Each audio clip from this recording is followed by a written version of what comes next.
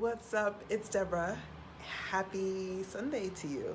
So I wanted to get started a little early this week to talk specifically about boundaries, and what nature can teach us about them today is what I wanted to cover, because this is such a heated topic. People bring out axes, knives, rifles, handguns, machetes, and come after me. When I talk about this topic, it is so controversial that I wanted to make sure I gave enough time through the week to discuss this topic in detail to get your thoughts on it. So if you don't know me, I'm Deborah. I'm a Maverick. I help other Mavericks and purpose-driven leaders to be able to build absolute certainty from within so that they can get out there and make the impact that they were born to make. And one of the ways that I do this, the primary way that I do this, is through my free community.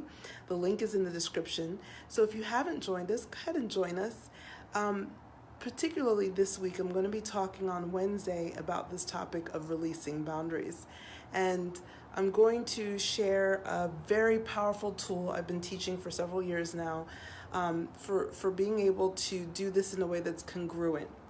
But let's just talk a little bit about boundaries themselves. And in a future live, I will talk about the 4 stages of disruption and how boundaries can relate to each of those stages. But for today, nature, right? A lot of times people really struggle with boundaries. Either they feel, and I just was in a group, we were just having a discussion about this. They feel that boundaries, they don't set them early enough. They feel like they should set more boundaries, that they should be more clear about their boundaries. So that's the one side of the spectrum. On the other side of the spectrum are people who feel like, you need to let people know immediately. You need to tell them ahead of time. You need to continue to set them as time goes and things pass and things happen. You need to hold on to whatever it is to protect your boundaries as well.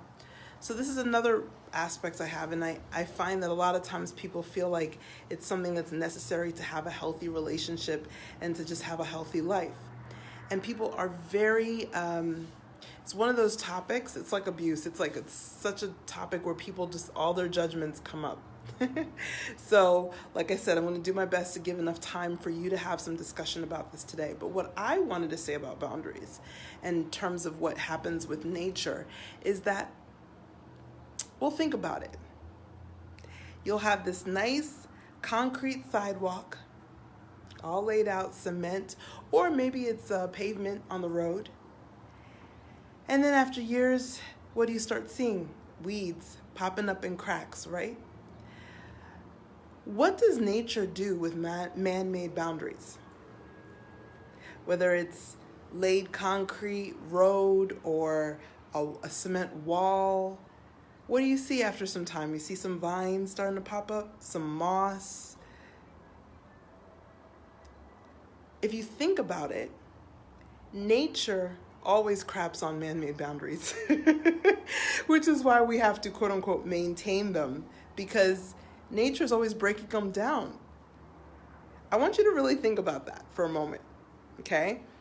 Think about a natural boundary on the contrast.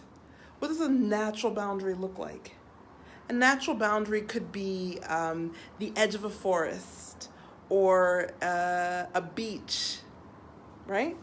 Or a rock cliff.